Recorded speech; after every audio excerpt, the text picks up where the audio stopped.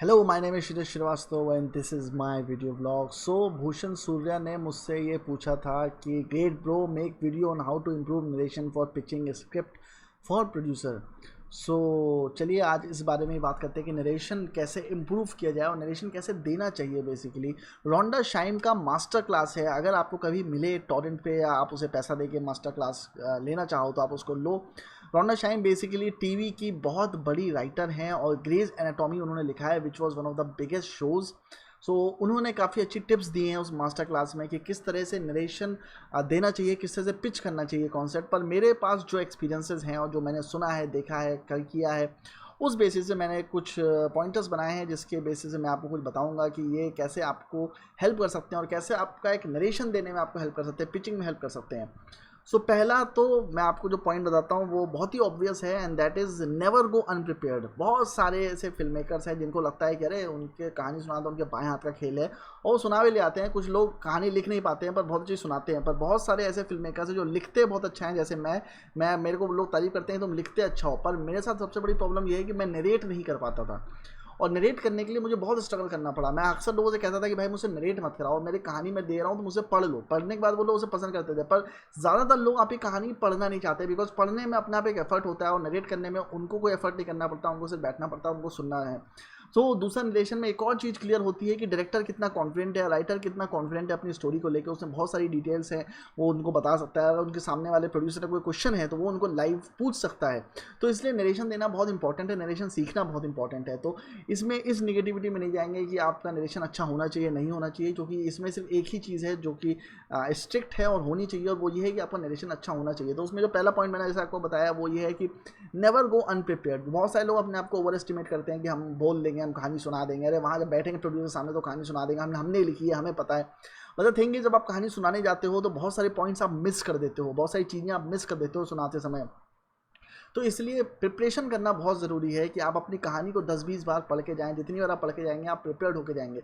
सो सिर्फ ये सोच के इस ओवर कॉन्फिडेंस में मैं उसे कहानी सुनाऊंगा, उसे समझ में आ जाएगी या उसे पसंद आ जाएगी, वैसे नहीं चलता है। आप जो कहानी सुना रहे हो सामने वाले को पसंद तब आएगी जब आप उसे डिटेल में एक्टिंग के साथ सुनाओगे, अच्छे से नरेट करोगे, उसको सारी चीज़ें उसको बताओगे कि वो चीज़ें क्यों हो रही हैं, जो भी चीज़ें जो कैरेक्टर्स इंट्रोड्यूस हो रहे हैं वो क्यों हो रहा है, जो इंसाइटिंग पॉइंट है वो क्यों आ रहा है, क्लाइमैक्स जो है वो कैसे हो रहा है, एक्ट 1 एक्ट 2 एक्ट 3 किस तरह से हो रहा है, वो सारी चीज़ें जब आप उन्हें बताओगे तब जाके उनको इंटरेस्ट आएगा। सेकंड ये है कि जब भी आप नरेशन के लिए जाएँ तो मैं आपको एक बहुत इंपॉर्टेंट पॉइंटर बताता हूँ। ये एक पॉइंट जो है ये मैंने अपने लिए रूल बनाया था जब भी मैं किसी नरेशन के लिए जाता था। वो ये था कि जो भी सिनॉप्सिस मैंने लिखा था वो एटलीस्ट 6 पेज, 10 पेज, 15 पेज, कितने पेज का होगा, मैं उसको एटलीस्ट 25-30 बार पढ़ता था ताकि मुझे वो कंठस्थ हो जाए, याद हो जाए। जितना अच्छे से मुझे वो याद होगा उतने अच्छे से मैं उसे नरेट कर पाऊंगा, उतने पॉइंट मिस नहीं करूंगा। क्योंकि कई बार जब आप अनप्रिपेयर जाते हैं तो बीच बीच में एकदम से आपको पॉइंट याद आता है, फिर आप उसको इंसर्ट करते हो, फिर आप कहानी के पीछे जाते हो, आगे आते हो, फिर बताते हो अच्छा मैं वहाँ बताना ये भूल गया था, वहाँ पे ऐसा भी होता है, फिर ये होता है, फिर ये होता है, फिर ऐसा होता है। उसमें आपका जो सीरीज ऑफ इवेंट्स है वो डिस्टर्ब हो जाता है और सामने वाला कंफ्यूज हो जाता है कि कौन सा इवेंट कब हुआ था। क्योंकि जब आप उसे कहानी सुना रहे हो तो वो अपने दिमाग में विजुअलाइजेशन भी बनाता जा रहा है आपकी कहानी को लेकर। अगर आप उसको आगे पीछे फ्लक्चुएट करोगे तो सामने वाला कंफ्यूज आता है। तो कोई भी चीज़ आपको भूलनी नहीं है। जो बहुत इंपॉर्टेंट पॉइंट्स हैं उनको अगर चाहें तो आप पॉइंटर्स बना के सेपरेटली लिख लो कि ये पॉइंट्स तो मुझे कवर करने ही है, बाकी चीज़ें कवर हो चाहे ना हो, अगर ये पॉइंट मेरे पास हैं तो मेरी स्टोरी अपने आप में कंप्लीट होती है। तो अपना जो सिनॉप्सिस है वो आप जितनी बार भी मीटिंग में जाने से पहले पढ़ सकते हैं, उतनी बार उसको पढ़िए और आपको हेल्प मिलेगा। इसके अलावा जो तीसरा पॉइंट है, जैसा कि मैंने आपको बताया कि आप पॉइंटर्स बनाइए, तो उसके लिए आप क्यू कार्ड्स बनाइए। जैसे स्टीव जॉब्स का अगर आप 2007 का आईफोन का स्पीच देखोगे जिसमें उसने आईफोन इंट्रोड्यूस किया था, तो आप कहोगे यार कमाल का स्पीच है, जिसमें स्टीव जॉब कितना अच्छा लेक्चर देता है, कितना अच्छा बोलता है। और ऐसा बहुत सारे सीईओज ने ट्राई किया है, बहुत सारे कंपनीज के हेड्स ने ट्राई किया है, नोकिया के हेड ने ट्राई किया है, डेल वालों ने ट्राई किया है, बट कभी भी कोई उतनी मैग्निफिशेंट, उतनी चार्मिंग, उतनी मैग्नेटिक स्पीच नहीं दे पाया जितनी स्टीव जॉब्स देता था। उसके पीछे कारण ये है कि स्टीव जॉब्स सॉफ्टवेयर हार्डवेयर में उतना इंटरेस्ट नहीं रखता था जितना मार्केटिंग में रखता था। जब लोग आईफोन डिवाइस बना रहे थे तब स्टीव जॉब्स अपनी स्पीच प्रिपेयर कर रहा होता था। वो क्यू कार्ड्स बनाता था और ढेर सारे क्यू कार्ड्स बनाता था, उन क्यू कार्ड्स पे सारे पॉइंटर्स लिखता था और एक एक करके उनको याद करता था। तो जितना आप उनको याद करेंगे, जितने ज़्यादा क्यू कार्ड्स बनाएंगे उतना आपको याद रहेगा, अच्छा रहेगा। एंड क्यू कार्ड्स एक ऐसी चीज़ है जो आप नरेशन में भी यूज़ कर सकते हो प्रोड्यूसर के सामने, तो उसको कभी कोई प्रॉब्लम होगी नहीं। तो अगर आपके पास क्यू कार्ड्स हैं तो आपको पता है बेसिकली जैसे पावर पॉइंट प्रेजेंटेशन में आप पॉइंटर्स बनाते हो, वैसे आप अपने क्यू कार्ड्स बना लो। एक A4 शीट को 8 हिस्सों में बांटो, ऐसी 5-6 A4 शीट्स को 8-8 हिस्सों में बांटो, उस पर से पॉइंट्स लिख लो कि इसके बाद बाद ये इवेंट होगा, इसके बाद ये इवेंट होगा, इसके बाद ये इवेंट होगा, इसके बाद ये इवेंट होगा। तो जैसे जैसे आप अपने कार्ड्स चेंज करते जाओगे उसके हिसाब से आप इवेंट बताते चले जाओ सीन बाय सीन, तो सामने वाले को सारी चीज़ें समझ में आ जाएंगी। उसके लिए भी बहुत ईजी हो जाएगा समझना, आपके लिए बहुत ईजी हो जाएगा बताना, और कोई भी चीज़ मिस नहीं होगी। तो क्यू कार्ड्स एक और तरीका है जो मैंने इस्तेमाल किया है, और मैं काफ़ी इंप्रेस्ड हूँ उससे, जो कि सामने वाले को मेरा नरेशन जितनी बारी मैंने क्यू कार्ड्स देके किया है, मेमोरी पे रिलाई करने की बजाय मैंने क्यू कार्ड्स पे रिलाई किया है, तो मेरे को ज़्यादा अच्छे रिजल्ट्स मिले हैं। चौथा पॉइंट ये है कि never try to read from laptop और अ पेपर। बहुत सारे ऐसे स्क्रीन राइटर्स हैं जो अगेन मेहनत नहीं करना चाहते या पहले से प्रिपरेशन नहीं करते हैं, तो वो क्या करते हैं, लैपटॉप से डायरेक्टली रीड करने लग जाते हैं या पेपर का प्रिंट आउट निकाल लेते हैं, पेपर से रीड करना शुरू कर देते हैं। अच्छा, मैं इसमें अपने बारे में बताता हूँ कि मैं पिछले काफ़ी सालों से ऐसे ही कर रहा था कि मैं नरेशन के लिए प्रिपरेशन नहीं करता था, मैं लैपटॉप से पढ़ देता था या जो भी मेरी मेमोरी में होता था उस हिसाब से पढ़ देता था। उसमें प्रॉब्लम ये होती है कि सामने वाला कभी आपसे कनेक्ट नहीं कर पाता, क्योंकि एक ह्यूमन टू ह्यूमन जो कॉन्टैक्ट होता है वो आई टू आई कॉन्टैक्ट होता है। तो जितना आप सामने वाले की आंखों में आंख मिला के देख के नरेट करोगे उतना ही वो ज़्यादा आपसे कनेक्ट करेगा। और बहुत सारे बार ऐसा होता है कि जब सामने वाला आपकी कहानी सुन रहा होता है तो वो आपको एकटक देखता रहता है, बिकॉज आप बहुत इंटरेस्टिंग वे में उसको नरेट कर रहे हो। तो अगर वो उसका फ्लो ब्रेक कर जाता है तो वो इंटरेस्ट लूज कर जाएगा। और अगर आप लैपटॉप से देख रहे हो, पेपर से पढ़ के देख रहे हो, तो वो कभी आपसे आई कांटेक्ट बना नहीं पाएगा और वो कभी भी स्टोरी में इंटरेस्टेड नहीं रहेगा। तो उसकी स्टोरी में इंटरेस्ट डेवलप करने के लिए आपको उससे आंख मिलाना ज़रूरी है, उसको आपको देखना ज़रूरी है, उसको आपके एक्सप्रेशंस पढ़ना ज़रूरी है। और ये चीज़ ध्यान रखिए कि 95% of all human communication is body language. तो अगर आप बॉडी लैंग्वेज का इस्तेमाल नहीं कर रहे हो तो आप जो बोल रहे हो उसके कोई मीनिंग नहीं है, वो सिर्फ फ्रिवलस वर्ड्स हैं, रिडंडेंट वर्ड्स हैं जो किसी की समझ में नहीं आएंगे। वो सिर्फ नरेशन हो जाएगा, वो सिर्फ बेसिक कॉन्सेप्ट समझ जाएगा कि अच्छा ये वन लाइनर है आपके स्क्रिप्ट का, पर उसे कहानी कभी अच्छे से इंपैक्टफुल समझ में नहीं आएगी।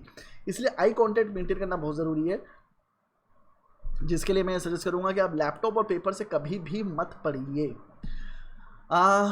फिफ्थ पॉइंट जो मैंने मेंशन कर ही दिया है कि बेसिकली आई कांटेक्ट मेंटेन करना बहुत ज़रूरी है। Eye contact is the most important thing for human body.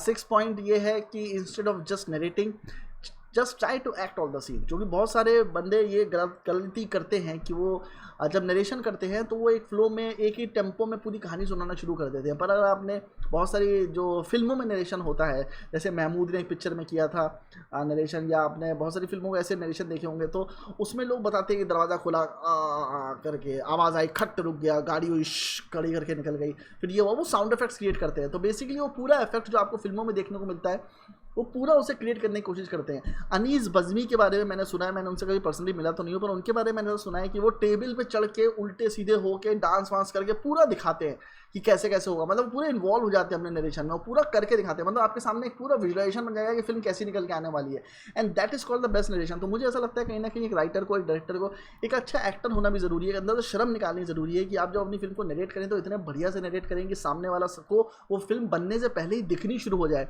तो वो आपकी फिल्म में पैसा भी लगाएगा। और अच्छी पिचिंग उसी को कहते हैं कि जब आप उस नरेशन को इस तरह से करते हो कि उसमें साउंड इफेक्ट्स भी देते हो, एडिट भी देते हो, कट्टू बोलते हो, ये करते हो वो करते हो, मतलब पूरा हाथ का बॉडी का पूरा मोशन करके आप पूरा जब दिखाने की कोशिश करते हो तब आपका नरेशन बहुत अच्छा होता है। मेरे कई ऐसे दोस्त हैं जो बहुत ख़राब राइटर्स हैं but they are very fine narrators. मतलब वो पूरा एक्टिंग करके दिखाएंगे, वो पहले एक्टर है चूँकि उन्होंने थिएटर किया है तो उनके लिए थोड़ा ईजी पड़ जाता है।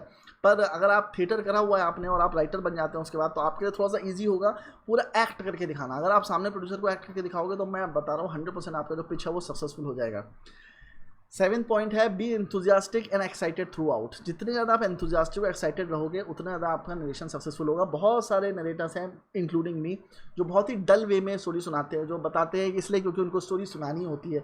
शुरुआत के दिनों में ये करता था क्योंकि मुझे स्टोरी नरेशन इतना ख़राब लगता था कि जब मुझे कोई बोलता था स्टोरी नरेट करने के लिए तो मजबूरी में मैं ऐसा हुआ फिर ऐसा हुआ फिर ऐसा हुआ फिर ऐसा हुआ, जिसमें मेरी सबसे बुरी आदत ये थी कि अगर सामने वाले ने मेरा मोबाइल ऑन कर लिया तो मैं इंटरेस्ट तुरंत लूज कर जाता था। तो एक्ट 1 मेरा बहुत लंबा होता था, पर जैसे ही उसने मोबाइल निकाला एक्ट 2 एक्ट 3 में फटाफट करके खत्म कर देता था। अच्छा फिर ऐसा हुआ फिर ऐसा हुआ फिर ऐसा हुआ, फिर कहानी खत्म हो गई, बिकॉज आई थॉट कि वो इंटरेस्टेड नहीं है सुनने में। पर सुन तो वो कान से रहना, तो भले ही सामने वाला आपकी सुने चाहे ना सुने, आपको अपनी एनर्जी अपना एंथुसियाज्म मेंटेन कर रखना है। अगर उसका इंटरेस्ट लूज भी हो रहा है तो आपको उसका इंटरेस्ट वापस लेके आना है। तो ऐसे कुछ जेस्चर्स कीजिए, ऐसे कुछ साउंड इफेक्ट्स क्रिएट करिए या ऐसा कोई ट्विस्ट लेके आ जाइए, भले ही वो शायद आपके स्क्रिप्ट में ना हो पर आप उसे लेके आ जाइए और उसको बना दीजिए वैसा, और वो सामने वाले का इंटरेस्ट वापस आ जाना चाहिए। अच्छा फिर क्या हुआ, अच्छा फिर क्या हुआ, अच्छा उसके बाद उसने उसका मर्डर कर दिया, उसके बाद क्या हुआ, आज उसके बाद फिर उसने चाकू निकाला, फिर वो दूसरे कमरे में गया, उसने चाकू साफ किया, ये किया वो किया, and this is how things will start to happen and the person will start to see it and he will put his mobile down and start listening to your thing, because अगर वो अपना mobile उठा रहा है, वो इधर उधर देख रहा है, तो उसका मतलब आपको आपकी स्टोरी में उसको इंटरेस्ट नहीं आ रहा है, तो आपको स्टोरी में कुछ चेंजेस करने पड़ेंगे। तो वो कई बार प्रेजेंस ऑफ माइंड होता है। मेरे साथ भी ऐसा एक्सपीरियंस हुआ है कि मैं एक एक्टर को एक स्टोरी सुना रहा था और उसको बिल्कुल ही स्टोरी समझ में नहीं आ रही थी, या समझ में आ रही थी पर उसमें बहुत सवाल जवाब कर रहा था, तो मैं चुप हो गया थोड़ी देर और मैंने दिमाग के अंदर स्टोरी कंसीव करनी शुरू करी, जो मैंने दूसरी कहानी मतलब कंसीव करी और वहीं के वहीं कहानी बना के मैंने उसको सुनाई and he was very interested, क्योंकि जो नेक्स्ट कहानी मैंने सुनाई थी वो बहुत ही डिटेल्ड थी, वो मैंने उसी वक्त बनाई थी पर वो बहुत डिटेल थी, उसमें बहुत से ट्विस्ट एंड टर्न्स थे। So he love that and he said कि I want to do this film. खैर वो पिक्चर बनी नहीं, वो अलग बात है, पर नरेशन बहुत अच्छा हुआ था। वो एक्टर बहुत बड़े थे, नाम बताए कोई फायदा नहीं है, पर एक्टर बहुत बड़े थे, उनके साथ मतलब वो लगभग डील साइन होने वाली थी हम लोगों की। खैर एनीवेज 8 पॉइंट है, never point out your own mistakes. कई बार राइटर जो होता है डिप्लोमेसी में अपनी मिस्टेक्स पॉइंट आउट करने लगते हैं कि अच्छा यहाँ पे ये प्रॉब्लम है, पर मैं आपको क्या बताऊँ, ये मैंने लिखा नहीं है, पर ऐसा ऐसा हो गया, पर ऐसा हो जाता है, वैसा हो जाता है, अच्छा मैं लिखने में बहुत अच्छा नहीं हूँ, अच्छा मैं नरेट बहुत अच्छा नहीं कर पाता हूँ। बहुत सारे राइटर ऐसे होते हैं जो, जैसे मैं भी ये करता था कि मैं नरेशन से पहले ही बोल देता था कि देखिए मेरा नरेशन बहुत अच्छा नहीं है, तो आप सुन लीजिए, पर मैं नरेट बहुत अच्छा नहीं कर पाता हूँ। तो अगर आपने पहले ये चीज़ डिस्क्लोज कर दी है तो उसके दिमाग में पहले ही एक इंप्रेशन बन गया है कि आप नरेट अच्छा नहीं करोगे। सो पहले से ये सारी चीज़ें डिस्क्लोज करने की ज़रूरत नहीं है। अगर आपने स्टोरी में कोई चीज़ मिस कर दी है तो भी उसको बताने की ज़रूरत नहीं है। एक चीज़ होती है शेकोव्स गन, जिसे थिएटर में कहते हैं। तो शेकोव्स गन ये होती है कि अगर आपने अपने एक पर्टिकुलर जो थिएटर में बैकग्राउंड क्रिएट किया है उसमें कोई गन रखी है, तो उस गन का कहीं ना कहीं इस्तेमाल होना चाहिए, पर अगर नहीं भी होगा तो ऑडियंस को उससे कुछ फ़र्क नहीं पड़ता है। तो बेसिकली मतलब ये है कि अगर आपने कोई चीज़ मिस कर दी है तो प्रोड्यूसर को उससे कुछ फ़र्क नहीं पड़ेगा, क्योंकि उसको पता ही नहीं ना ओरिजिनल स्टोरी क्या है, वो तो आपको पता है, प्रोड्यूसर को थोड़ा पता है। तो इसीलिए मैं ये कहना चाहता हूँ कि आप अपनी मिस्टेक्स कभी ना बताएं, क्योंकि प्रोड्यूसर को नहीं पता है कि आप क्या सुनाने वाले हो। आप उसकी जगह कुछ और सब्स्टिट्यूट भी कर दोगे तो भी उसे फ़र्क नहीं पड़ता है। आपकी कहानी इंटरेस्टिंग होनी चाहिए और अपनी मिस्टेक्स को कभी पॉइंट आउट मत करो कि मेरी कहानी में ये प्रॉब्लम्स हैं, या अपने तरफ से आप वो प्रॉब्लम बताता है, दैट इज़ कम्प्लीटली फाइन, पर अपनी प्रॉब्लम्स मत बताओ कि मेरा नरेशन अच्छा नहीं है, मेरी राइटिंग अच्छी नहीं है, या मैंने स्क्रिप्ट नहीं लिखी है, या फिर मेरा ये प्रॉब्लम है, या स्टोरी में ये प्रॉब्लम है, ये लॉजिकल एरर है, या ये वो लॉजिकल एरर है। ये सब कुछ बताने की जरूरत नहीं है। ये सब चीज़ें डिस्कस ही नहीं करनी, कोई भी निगेटिव चीज़ डिस्कस नहीं करनी है, सिर्फ और सिर्फ पॉजिटिव चीज़ें डिस्कस करनी है और अपनी स्क्रिप्ट की तारीफ करनी है, जो कि मेरा 9th पॉइंट है, praise your own script before starting. बहुत सारे राइटर्स ये जो कि सुनने में बहुत स्टूपिड लगता है, और जब आप ये सुनोगे भी किसी मीटिंग में या किसी नरेशन की मीटिंग में, सुनने में बहुत स्टूपिड टाइप का लगता है और बड़ा अजीब सा लगता है, बट ट्रस्ट भी ये बहुत इंपॉर्टेंट है कि जब भी आप अपनी स्क्रिप्ट नरेट करो उससे पहले 5 मिनट तक भूमिका बांधो कि क्यों वो स्क्रिप्ट दुनिया की सबसे नायाब स्क्रिप्ट है, क्यों वो स्क्रिप्ट एकदम कमाल स्क्रिप्ट है, वो एकदम फाड़ू स्क्रिप्ट है, उससे अच्छी स्क्रिप्ट हो नहीं सकती, और ये स्क्रिप्ट अगर फिल्म बनेगी तो करोड़ों कमा के निकलेगी। तो वो कहीं ना कहीं लोग उसको भले ही उसका मजाक भी उड़ाएं, पर कहीं ना कहीं वो एक थोड़ा सा कॉन्फिडेंस भी जनरेट करता है सामने वाले दिमाग में कि अगर वो इतना बोल रहा है तो कुछ तो सच होगा उसकी बात में। तो वो सुनते हैं, वो इस पॉजिटिव एटीट्यूड के साथ सुनते हैं, तो वो भूमिका बांधना जरूरी होता है। तो जब भी आप अपनी स्टोरी नरेट करने जाएं तो उसके बारे में कभी प्रॉब्लम्स डिस्कस ना करें, उसकी सिर्फ तारीफ करें कि ये स्टोरी से अच्छी कोई स्टोरी हो नहीं सकती, सर मैंने ऐसे स्टोरी सोची थी, ये स्टोरी ऐसी हो जाएगी, ग्रैंड हो जाएगी, शाहरुख खान सुनेगा तो वो भी एकदम हाँ बोल देगा, अमिताभ बच्चन सुनेगा तो वो तैयार हो जाएगा, कूद जाएगा कि मुझे यही फिल्म करनी है, इसके अलावा मैं कोई और फिल्म नहीं करना चाहता। सो इस लेवल की तारीफ, मतलब एग्जेगरेटेड तारीफ, जितनी ज़्यादा आप तारीफ करोगे अपने स्क्रिप्ट की, आप उतने ज़्यादा सक्सेसफुल हो जाओगे। 10th पॉइंट मेरा ये है कि आफ्टर एवरी 7 मिनट्स एक ट्विस्ट डाल दो स्टोरी में। जो कई बार होता है जब प्रोड्यूसर आपकी कहानी सुन रहा होता है तो वो थोड़े थोड़े बोर होने लगता है। सो 7 मिनट्स तो खैर ज़्यादा हो गया, आप 2-2 3-3 मिनट में ना कुछ ना कुछ ट्विस्ट डालते रहो, भले ही वो ड्रामा हो, भले ही वो आपका रोमांटिक स्टोरी हो, या थ्रिलर हो, या इन्वेस्टिगेटिव ड्रामा हो, या कोई भी जॉनर हो, हॉरर जॉनर हो, कुछ ना कुछ नया एलिमेंट इंट्रोड्यूस करते रहो, कुछ ना कुछ ट्विस्ट इंट्रोड्यूस करते रहो, ताकि सामने वाले का इंटरेस्ट मेंटेन है। ज़रूरी नहीं है कि वही फिल्म जो आप नरेट करने जा रहे हो वही बनेगी, जो भी डायरेक्टर आने के बाद बहुत सारे उसमें चेंजेस करेगा टेक्निकली, पर प्रोड्यूसर जो है वो फिल्म नहीं बनाने वाला है, उसको आर्ट से मतलब नहीं है, वो सिर्फ अप्रूव करने वाला है। तो उसके अप्रूवल के लिए आपको बहुत सारे ट्विस्ट एंड टर्न्स उसमें डालने पड़ेंगे, जो कि आप डालिए। इट डजेंट मीन कि वही चीज़ें स्क्रिप्ट में जाएंगी, स्क्रिप्ट में आप बहुत सारे चेंजेस होंगे जो आप बाद में करते रहोगे। एक बार स्क्रिप्ट अप्रूव हो जाती है तो उसमें जितने ट्विस्ट एंड टर्न्स हैं वो लगातार डालते रहिए, और लगातार सामने वाले का इंटरेस्ट मेंटेन रखिए उस पर्टिकुलर कहानी में। तो कुछ ना कुछ ऐसे एलिमेंट्स होने चाहिए जिससे सामने वाले का इंटरेस्ट लगातार रहे और वो लगातार हुक्ड रहे उन सब चीज़ों से। अगर आप किसी एक्टर को स्टोरी सुनाने जा रहे हैं, जो मेरा 11वां पॉइंट है जो बड़ा इंपॉर्टेंट है, कि अगर आप किसी एक्टर को स्टोरी सुनाने जा रहे हैं और वो एक्टर आप सपोर्टिंग रोल में भी ले रहे हो, तो भी जो स्टोरी है वो उसके पॉइंट ऑफ व्यू से सुनाइए। कई बार ऐसा होता है जैसे हम एक्ट्रेस को स्टोरी सुनाने जा रहे होते हैं और एक्ट्रेस का रोल बहुत कम होता है, 3-4 गाने होते हैं, छोटे मोटे लव सीन्स होते हैं, तो जब उनको स्टोरी सुनाने जाते हैं तो वहाँ पे हमें एक्ट्रेस के पॉइंट ऑफ व्यू से कहानी सुनानी पड़ती है। तो बीच में जो बंदा होता है जो हमको बुलाता है कहानी सुनाने के लिए, वो पहले ही बोल देता है कि सुनो जो कहानी है वो एक्ट्रेस के पॉइंट ऑफ व्यू से सुनाना, वरना एक्ट्रेस हाँ नहीं बोलेगी। बोलेगी। तो जिसकी भी कहानी आप सुना रहे हो, इवन जो हीरो का साइड वाला हीरो फ्रेंड है, अगर वो भी आप बहुत बड़ा एक्टर आप ले रहे हो उसके लिए, तो भी आपको कहानी उसके पॉइंट ऑफ व्यू से सुनानी पड़ेगी। कई बार 2 हीरो होते हैं फिल्म में, तो आपको जो दूसरा हीरो होता है उसका शायद रोल थोड़ा कम होगा या इम्पैक्टफुल नहीं होगा, तो आपको जो स्टोरी सुनानी है वो ऐसे सुनानी है कि सामने वाले को लगेगी उसका ही मेन रोल है पिक्चर में। Again this is all manipulation techniques. अगर आप ऐसा नहीं करोगे तो सामने वाला कभी भी हाँ नहीं बोलेगा। बेसिकली नरेशन का मतलब ये होता है कि सामने वाले से हाँ निकलवानी है। बाकी इस फिल्म में जो होगा वो तो बाद में देखा जाएगा, वो तो डायरेक्टर के हाथ में होता है, वो आपके हाथ में भी नहीं होता है। अगर आप ही डायरेक्टर हो तो आप बाद में जाके आप उन सब चीज़ों को चेंज कर सकते हो, तो वो कोई प्रॉब्लम नहीं है। पर जब आप नरेशन दे रहे हो तो आपको जो एक्टर जो आपके सामने बैठा है आपको उसके पॉइंट ऑफ व्यू से चीज़ सुनानी पड़ती है। जब प्रोड्यूसर को सुना रहे हो तो उसके पॉइंट ऑफ व्यू से सुनानी पड़ती है। तो प्रोड्यूसर को दिखना चाहिए कि पिक्चर बहुत एंटरटेनिंग होगी, वो ब्लॉकबस्टर होगी, वो हिट होगी। एक्टर को सुना रहे हो तो उसके पॉइंट ऑफ व्यू से सुनानी पड़ेगी कि वो उसका रोल कितना है, क्योंकि एक्टर को बाकी एक्टर से घंटा फर्क नहीं पड़ता है। उसकी जो साइकोलॉजी होती है वो सिर्फ अपने रोल को इमेजिन कर रहा होता है और अपने रोल को ही सोच रहा होता है। अगर आप किसी डायरेक्टर को स्टोरी सुना रहे हो तो आपको उसमें चैलेंजिंग एलिमेंट्स देने होते हैं कि डायरेक्टर सोचेगा यार ये पिक्चर मैं बनाऊंगा तो मैं सक्सेसफुल हो जाऊंगा। तो ये सारी पॉइंट्स आपको सोचने पड़ते हैं, तब जाके आप अपनी अच्छा नरेशन कर पाते हो। इसके अलावा 12th पॉइंट ये है कि elaborate on location, sound, clothes and activities. जो कई बार जो नरेशन होता है वो बहुत ही एब्स्ट्रैक्ट होता है। ये मैं हालांकि पॉइंट पहले आपको बता चुका हूँ कि आपको कैसे नरेट करना है एक्टर की तरह, मतलब कि सारी चीज़ें उछल कूद के ये सब चीज़ें करनी है। बट अगर एक और अच्छा पॉइंट जो मैंने इसमें लिखा है वो ये है कि जो लोकेशन होती है, जैसे कई बार लोग बताते हैं कि वहाँ पे एक खाली सा एरिया था जहाँ पे फाइट हो रही थी, वैसा मत बताइए। आप लोकेशन का नाम दे दीजिए, मतलब कि मुंबई से 10 किलोमीटर दूर एक खाली मैदान में वहाँ पे ऐसा कुछ हो रहा था। बिकॉज जब आप किसी चीज़ को नाउन में यूज़ करते हैं या नाम देते हैं तो सामने वाला उस चीज़ को इमेजिन कर पाता है। आपको बेसिकली जो फंडा है वो बेसिकली सामने वाले को इमेजिनेशन देने का है। तो अगर कोई एक्टर भी आपकी फिल्म में एंट्री कर रहा है, आपके नरेशन में एंटर कर रहा है, तो उसके कपड़ों के बारे में बताइए, उसके बालों के बारे में बताइए, उसके लुक्स के बारे में बताइए, ताकि सामने वाला उसको इमेजिन तो कर सके। अगर तो सामने वाला उसको इमेजिन ही नहीं कर पा रहा है तो वो सोच क्या पाएगा उस चीज़ के बारे में। तो आपको बेसिकली जो अपनी सोच है वो सामने वाले को देनी है। तो उसके लिए जितना डिटेल में आप उसको बताएंगे कि वो अपना हाथ कैसे हिला रहा है, वो अपनी नाक कैसे खुजा रहा है, वो अपने बाल कैसे ऊपर कर रहा है, वो अपने हाथ कैसे ऐसे कर रहा है, डांस कहाँ पे हो रहा है, गाना स्विट्जरलैंड में शूट हो रहा है कि कहाँ पे हो रहा है, धारावी में पिक्चर शूट हो रही है कि मुंबई में शूट हो रही है, मुंबई में, ये दिल्ली में शूट हो रही है कि मुंबई में शूट हो रही है, कोलकाता में शूट हो रही है, कोलकाता किन गलियों में शूट हो रही है, उन गलियों का टेक्सचर कैसा होगा, ये सारी चीज़ें नरेशन के टाइम में मुझे लगता है बतानी चाहिए। क्योंकि जितना डिटेल में आप बताओगे उतना ज़्यादा सामने वाले को विजुलाइज होगा, उतना ज़्यादा सामने वाला समझेगा। अब 13th पॉइंट जो है वो सबसे इंपॉर्टेंट पॉइंट है नरेशन का, जो मैंने नोटिस किया है वो ये है कि जब भी आपकी फिल्म ख़त्म होती है तो प्रोड्यूसर पूछता है अच्छा ख़त्म हो गई कहानी, एंड इस पॉइंट पे मैंने एक चीज़ नोटिस करी है कि they are always waiting for something more. जब आपको लगता है कि आपका हाई पॉइंट है उससे एक लेवल हाई पिक्चर को और लेके जाओ। Never end the film where the producer thinks it has ended, leave a little bit for the end. जहाँ पे आपको लगता है कि प्रोड्यूसर को लगेगा कि पिक्चर एंड हो गई, वहाँ पे पिक्चर को कभी एंड मत करो, एंड उसके थोड़ा सा और ऊपर रखो। तो अपनी कहानी सुनाते हो फिर एक जगह पे आकर रुक जाओ। सारे लोगों को लगेगा पिक्चर खत्म हो गई, कहेंगे अच्छा पिक्चर खत्म हो गई, नहीं अब मेन चीज़ बची है। फिर उसके बाद ऐसा होता है फिर ऐसा होता है, फिर पिक्चर जाके खत्म होती है। So always leave something for the and. अगर आप एंड में कुछ नहीं छोड़ोगे तो उनका जो वो होता है ना क्या कहते हैं हाई पॉइंट, वो उनको नहीं मिलता है। तो उनका अच्छा स्टोरी खत्म हो गई, स्टोरी यहाँ पर खत्म नहीं होती सर, स्टोरी इससे थोड़ा सा लेवल और जाती है। फिर वो हीरो जाता है, फिर मेन विलेन को मारता है, उसकी माँ को मारता है, उसके भाई को मारता है, उसके बाद पिक्चर खत्म होती है।